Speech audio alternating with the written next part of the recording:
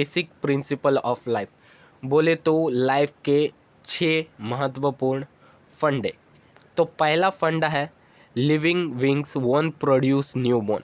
हम सभी को पता है जो ह्यूमंस है वो प्रोड्यूस करता है न्यू बॉर्न को।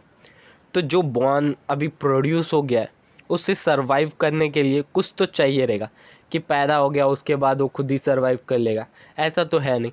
तो उसे सरवाइव करने के लिए उसे नीड होती है एनर्जी की और मैनी केमिकल्स मॉलिक्यूल्स की नीड होती है।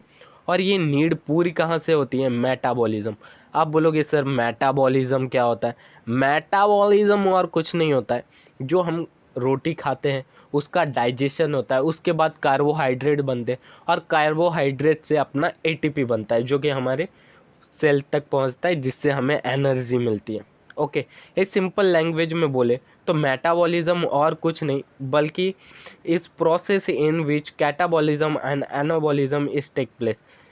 मेटाबॉलिज्म 2 चीज़ों से मिलकर बनता है, breaking of molecules and making of molecules.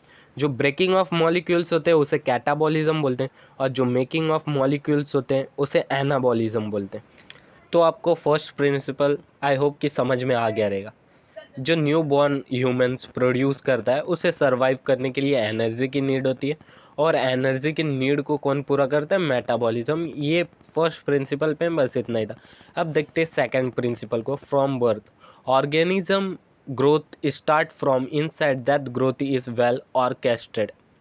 यानी कि जो बर्थ होता है उसके बाद जो ऑर्गेनिज्म ग्रोथ करना स्टार्ट करता है, जितने भी लिविंग थिंग्स होते हैं वो इनसाइड ग्रोथ करते हैं, अंदर से बड़े होते हैं। ऐसा नहीं है कि कहीं से हाथ बड़ा हो गया, कहीं से पाँव बड़ा हो गया, ऊपर से कुछ बड़ा नहीं होता, सब इनसाइड से बड़े होते हैं और वेल ऑर्केस्ट्रेट तरीके से, जिसे ऑर्गेनाइज बोलते हैं। जैसे जितने भी हमारे ऑर्गन्स है वो सिस्टमेटिक तरीके से बड़े होते हैं, प्रॉपर तरीके से। और क्या नॉन लिविंग थिंग्स में भी इनसाइडर ग्रोथ होते हैं? नहीं।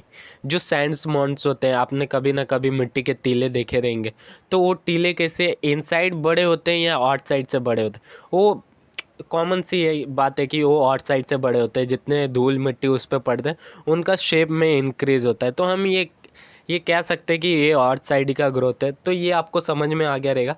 बर्थ के बाद जितने भी लिविंग ऑर्गेनिज्म रहते हैं वो इनसाइड से बड़े होते हैं और जो नॉन लिविंग ऑर्गेनिज्म होते हैं यानी कि थिंग्स होते हैं वो आउटसाइड से बड़े होते हैं। और अपना जो थर्ड प्रिंसिपल है ग्रोथ एंड डेवलपमेंट, वो क्या कहता है? Do not have unlimited time spend as the time goes. जो हमारा ग्रोथ और डेवलपमेंट है एक टाइम के बाद स्टॉप हो जाता है, उसके बाद वो ग्रोथ और डेवलपमेंट होना बंद हो जाता है। जो molecules organs body beings to lose their effective working, this is ageing.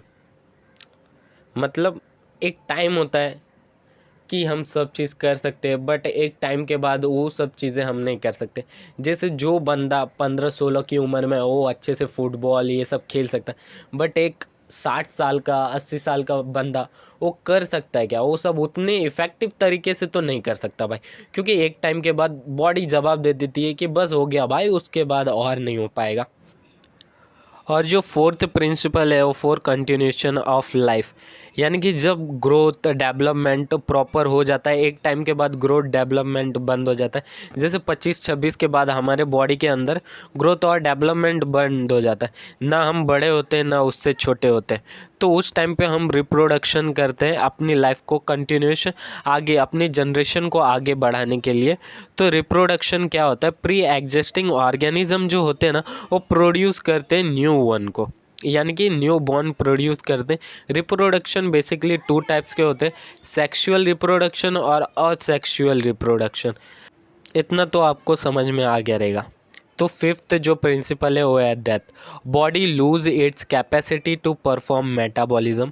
एक टाइम के बाद बॉडी में जो मेटाबॉलिज्म परफॉर्म होता है वो बंद हो जाता है, परफॉर्म होना बंद हो जाता है, उसके बाद ह्यूमन का डेथ हो जाता है।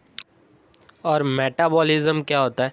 जैसे हम रोटी खाते हैं, रोटी से कार्बोहाइड्रेट का बनना एनाबॉलिज्म होता है और कार्बोहाइड्रेट को ब्रेक करना और ब्रेक करके एटीपी मॉलिक्यूल में कन्वर्ट करना उसे कैटाबॉलिज्म कहते हैं। ये प्रोसेस को हम मेटाबॉलिज्म कहते हैं। ये दोनों से एनाबॉलिज्म और कैटाबॉलिज्म से मिलकर मेटाबॉलिज्म बनता है। ब्रेकिंग अप और बिल्डिंग अप, यही 2 ही मेन चीज़ है जो मेटाबॉलिज्म में होती है। अगर मान लो कि कभी मेटाबॉलिज्म बंद ही ना हो तो तब तो हम अमर हो जाएंगे। जब तक कि मेटाबॉलिज्म बंद नहीं होता तब तक हम जिंदा रह सकते हैं, क्योंकि हमारे बॉडी के सेल्स को एनर्जी मिलती रहेगी और हम जिंदा रहेंगे। मगर जब मेटाबॉलिज्म होना बंद हो जाता है तो चाहे 2 साल का बच्चा हो या 5 साल का या बूढ़ा हो, सबका डेथ होना फिक्स है। तो मेटाबॉलिज्म बंद होने के बाद आदमी का डेथ हो जाता है। और सिक्स प्रिंसिपल क्या है? ऑल ऑर्गेनिज्म रिस्पॉन्ड टू, मतलब क्या है इसका? जितने भी लिविंग थिंग्स होते हैं वो रिस्पॉन्ड करते, थर्मल, केमिकल, बायोलॉजिकल चेंजेस। मतलब आप कश्मीर घूमने गए तो उधर पे बहुत ठंडी होती है, तो आपको कैसे पता चला कि वो ठंडा उधर पे? आपके बॉडी ने रिस्पॉन्ड किया कि हाँ भाई इधर पे ठंडा है, आपने वो सेंस किया। थर्मल का मतलब क्या होता है? हीट। अगर आप कहीं बहुत गर्म जगह पे चले गए तो आपको पता चलता है ना कि यहाँ पे बहुत गर्मी है, पसीना आ रहा है।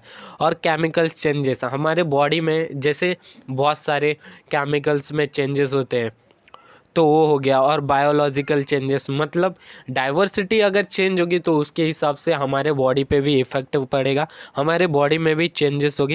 ये सब यूनिक प्रॉपर्टी है लिविंग बींग्स में होती है। और नॉन लिविंग बींग्स में तो कुछ पता ही नहीं चलेगा, उसे ठंडे में रखो या गर्म में रखो तो उस पर कोई उसका इफेक्ट ही नहीं होगा।